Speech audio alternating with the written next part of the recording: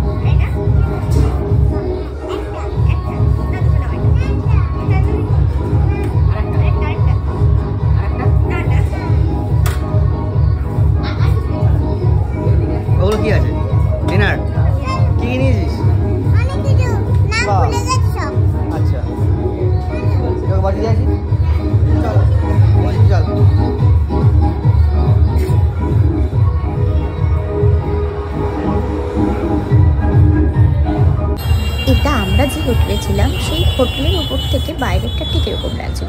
আর আমার তো মনে হয় দীঘার সব থেকে জমজমাট জায়গায় থেকেই থাকে। তো ওই জেপি এর পাশে যে পিকু, সামনে একটা আছে নিউ লুক সম্ভবত জায়গা একটা ছিল, তো ওদের ওখানে নর্মালি ডিজের ব্যবস্থা করা ছিল। তো এত ভিড় ছিল, উপর থেকে আমরা দেখছিলাম আর এত ভালো সাজানো ছিল।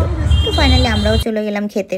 কিছু করার নেই, সন্ধ্যে স্ন্যাক্সটা খেয়ে নিতে হবে, নাহলে অনেকটা ভিড় হয়ে যাচ্ছিল। তো আমি ওকে বললাম চলো আমরা খাওয়া দাওয়াগুলো করে নিই।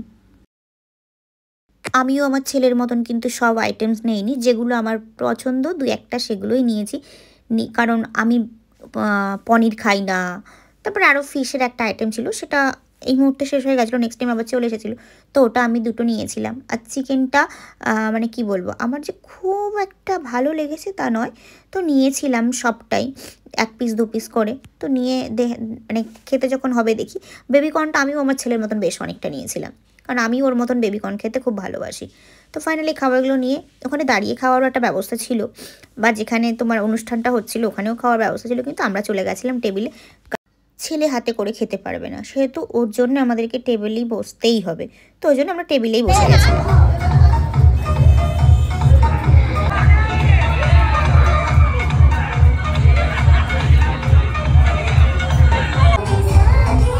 আমরা যখন স্ন্যাক্স খাওয়া দাওয়া করছিলাম তখনই প্রোগ্রাম শুরু হয়ে গেছে।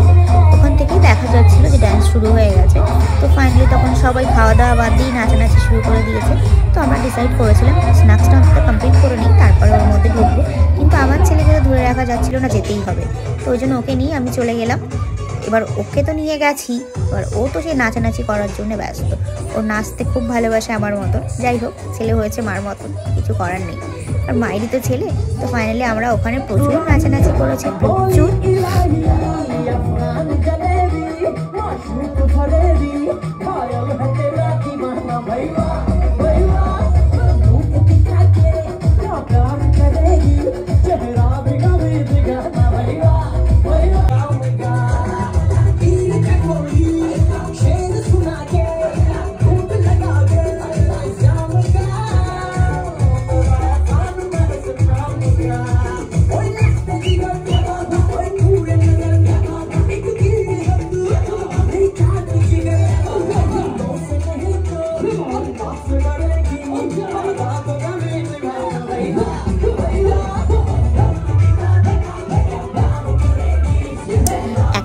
পরে প্রচুর নাচানাচি শুরু হয়ে গেছে, ড্যান্সাররা সব স্টেজের নিচে, আর আমরা কিছুজন ছিলাম যারা সব স্টেজের উপরে। কিন্তু কিছু টাইম পরে ওখানে ক্যামেরা বন্ধ করে দিতে হয়েছিল।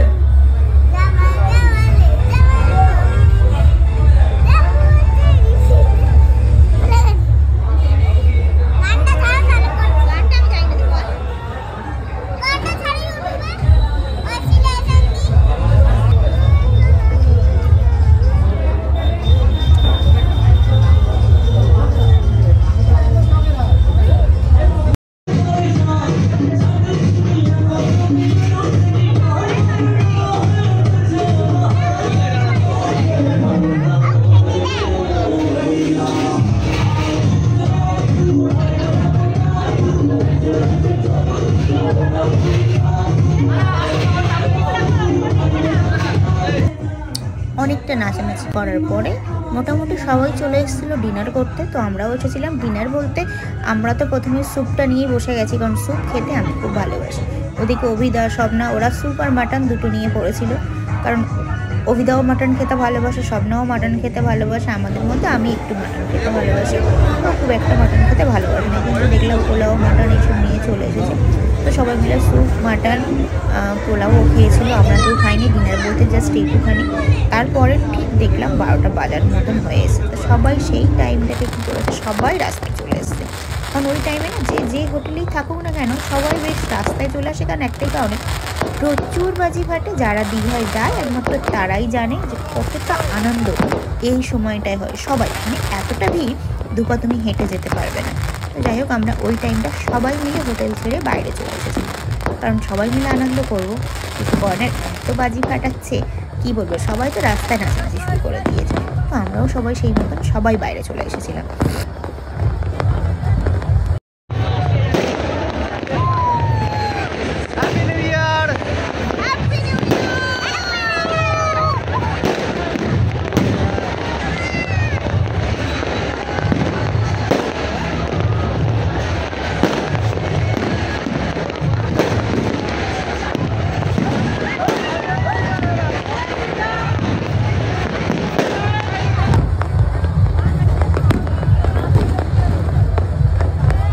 সবাইকে তো আমার বলাই হয়নি হ্যাপি নিউ ইয়ার। তো আমার যত ইউটিউব ফ্যামিলি আছে, বড়রা ছোটরা, সবাইকে হ্যাপি নিউ ইয়ার। নতুন বছরে সবাইকে অনেক অনেক অনেক ভালোবাসা, অনেক অনেক অনেক অভিনন্দন।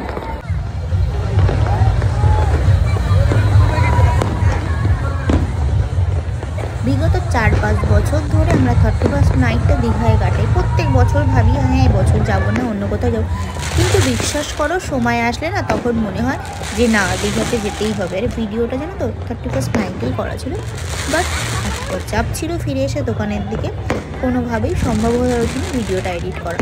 তাই ভিডিওটা কদিন পরেই আমি তোমাদের সবার সামনে ভিডিওটা না ভেবেছিলাম দেবো না। জানো তো আমার মাথায় যে ফুলটা দেখছি, ফুলটা কিন্তু আমার ছেলে আমার মাথায় পরিয়ে দিয়েছিল। না মা, তুমি ফুলটা পরো, তোমাকে ভালো লাগবে। আর আমি ওর কোনো কথা চলতে পারি, কারণ ও আমাকে খুব ভালোবাসে। তো যাই হোক, প্রত্যেক বছর 31st নাইট ভাবি কোথাও যাবো না, কিন্তু শেষে এসে সেই দীঘায় যেন আমাদেরকে টেনে নিয়ে চলে যায়। সবাইকে স্বাগত, সবাই ভালোভাবে কাটান, আমরাও কাটাচ্ছি।